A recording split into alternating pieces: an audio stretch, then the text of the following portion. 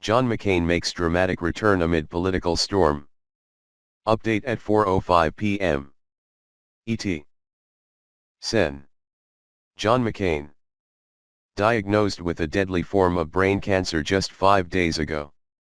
Returned to applause on the Senate floor Tuesday, where he cast a crucial vote to move forward on repeal of the Affordable Care Act and urged his colleagues to regain their sense of bipartisan cooperation.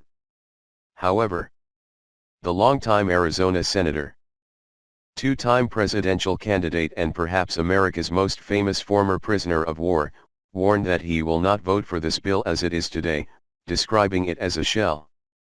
McCain said he would attend the Senate for a few days and then go home to Arizona to recuperate. "I have every intention of returning here to give you all reason to regret the nice things you said about me," he told his fellow senators. Addressing the outpouring of support he's received since announcing his diagnosis. "It was a remarkable moment to see McCain, whose daughter described him poetically as a warrior at dusk, take his place again in the world's greatest deliberative body, where he has represented his southwestern state for 30 years. McCain, with surgical stitches clearly visible above his left eye, admonished both Republicans and Democrats to work together in the old way and to stop trying to make laws behind closed doors. He acknowledged that it was easy to fall victim to the urge to win instead of doing what is right.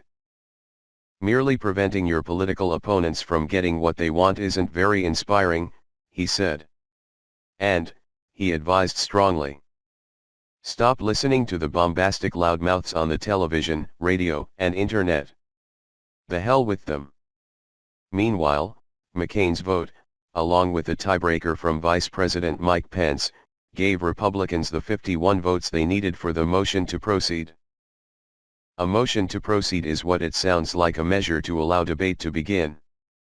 There will be 20 hours of debate, which will expire Wednesday, NPR's Susan Davis reports. Republicans could only lose 2 votes for a majority without any Democratic support. Sens.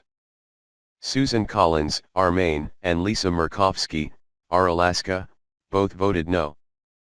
Beyond the motion to proceed vote and the ensuing debate, no one is quite sure, not even Republicans, what of substance the GOP will try to pass to overhaul health care, which affects roughly 1/6 of the U.S.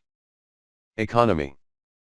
Senate Majority Leader Mitch McConnell, of Kentucky, promised to bring a full repeal of the Affordable Care Act with a 2-year delay to the floor, which President Trump seemed to be on board with. But, up to this point, the votes aren't there for that approach. Too many Republicans have come out publicly opposing the idea. So then what? If the full repeal isn't brought to the floor, or if it fails, then it's on to the Senate's version of no-holds-barred vote-o-rama, where anyone can bring any amendment to the floor and have it voted on. That would be kind of like doing the work normally done for months in committees out on the Senate floor in a matter of hours and days. This is just the latest chapter in Republicans' difficulty replacing the ACA, also known as Obamacare. Legislatively, they have been plagued by starts and stops during the Trump presidency, unable to get their differing ideological factions on the same page. Obamacare is the law of the land, House Speaker Paul Ryan, RWIS, declared after the House's health care flameout months ago. But, through arm-twisting and legislative tweaks, the House eventually passed a version that tinkered with the ACA. The Congressional Budget Office said the law would increase the number of uninsured by tens of millions, especially because of how it would change Medicaid. Nonetheless, it was a political victory, if only a lead at halftime. It was greeted by Bud Lights in the House and a Rose Garden celebration with the President of the United States. There was no 45 jersey with GOP on the front and Trump on the back, but there might as well have been. One would have thought a new law had been signed. It hadn't. The House version was headed to the Senate, where it would certainly change and have to be reconciled with the House. Back to the drawing board. Nearly 3 months later, that Rose Garden ceremony remains the high point for Republicans. The GOP has not been able to gather the votes in the Senate, and that has started to really rankle Trump. His irritation was evident during his appearance Monday at the Boy Scouts National Jamboree in West Virginia. As the Scout law says, a Scout is trustworthy, loyal, Trump said. He added, "We could use some more loyalty, I will tell you that."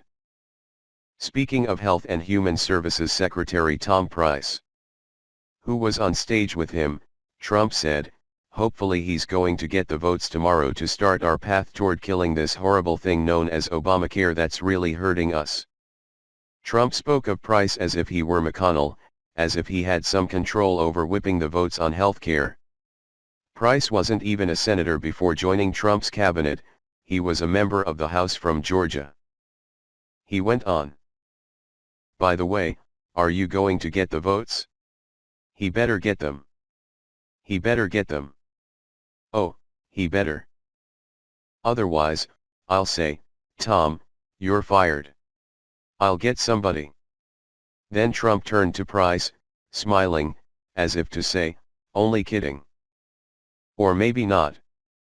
That came on the same day he called his Attorney General, Jeff Sessions, beleaguered.